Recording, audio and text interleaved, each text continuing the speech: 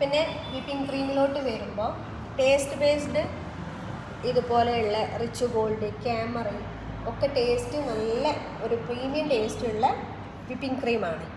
പക്ഷേ ഇതൊക്കെ വോളിയം കുറവാണ്. നമുക്കിപ്പോൾ ബിഗിനറായ ഒരാൾ കേക്ക് ചെയ്യുകയാണെങ്കിൽ ഈ റിച്ച് ഗോൾഡിൻ്റെ ക്രീം വെച്ചാണ് ചെയ്യുന്നതെങ്കിൽ മാക്സിമം 2 കേക്കൊക്കെ അവർക്ക് ഇട്ടുകൊണ്ട് അവർക്ക് ചെയ്യാൻ പറ്റും. അവർ കുറേ ക്രീം ഇട്ട് കുറേ അങ്ങോട്ട് പോയി കുറേ വേസ്റ്റേജ് വന്ന്. പക്ഷെ നമ്മളൊന്ന് പഠിച്ച് കഴിയുന്നവരെ നമുക്ക് ഫിയോണയാണ് നല്ലത്.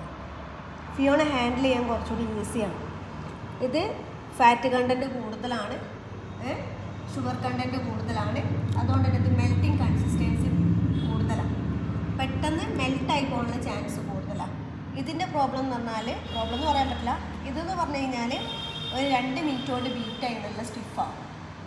പിന്നെ അത് നമ്മൾ കുറേ ടൈം എടുത്ത് ഐസിങ് ചെയ്യുമ്പോൾ ഈ ലെയർ കിടക്കാനുള്ള ചാൻസ് കൂടുതൽ. മെൽറ്റിംഗ് കൺസിസ്റ്റൻസി കുറവാണ്, മെൽറ്റായി പോകുന്ന ഇഷ്യൂ കുറവാണ്. ഇത് എയർ കടന്നിട്ട് ഒരു മാവ് പോലെ ആവുകയും ചെയ്യുക. അത്തരം സിറ്റുവേഷൻസിൽ നമ്മൾ കുറച്ച് ലൂസായിട്ടുള്ള ബീറ്റ് ചെയ്ത് സ്റ്റിഫായ ക്രീം എയർ കടന്നാൽ, എയർ കിടക്കുക എന്ന് പറഞ്ഞാൽ എങ്ങനെയുള്ള ഇപ്പോൾ ഐസിങ് നമുക്ക് ഞാൻ കാണിച്ചു തരാം. ഇത് പഠിക്കുകയല്ല, അപ്പോൾ കുറച്ച് ടൈം എടുക്കും. എയർ കടന്ന ക്രീം നമ്മൾ അതിലോട്ട് ഇതുപോലെ ലിക്വിഡായിട്ടുള്ള ക്രീം എയർ കടന്ന വിപ്പിംഗ് ക്രീമിൽ ഒഴിച്ചിട്ട് സ്പാച്ചുല വെച്ചിട്ട്, എഗ് ബീറ്റർ പിന്നെ ഉപയോഗിക്കരുത്. കാരണം ഓൾറെഡി നമ്മളെ വിപ്പിംഗ് ക്രീം ബീറ്റിംഗ് കൂടിപ്പോയി അല്ലെങ്കിൽ എയർ കടന്നു ഹാർഡായിട്ട് ഇരിക്കുകയാണ്, മാവ് പോലെ ഇരിക്കുകയാണെങ്കിൽ അതിൽ ലൂസായിട്ടുള്ള വിപ്പിംഗ് ക്രീം കുറച്ച് ഒഴിച്ചു കൊടുക്കുക.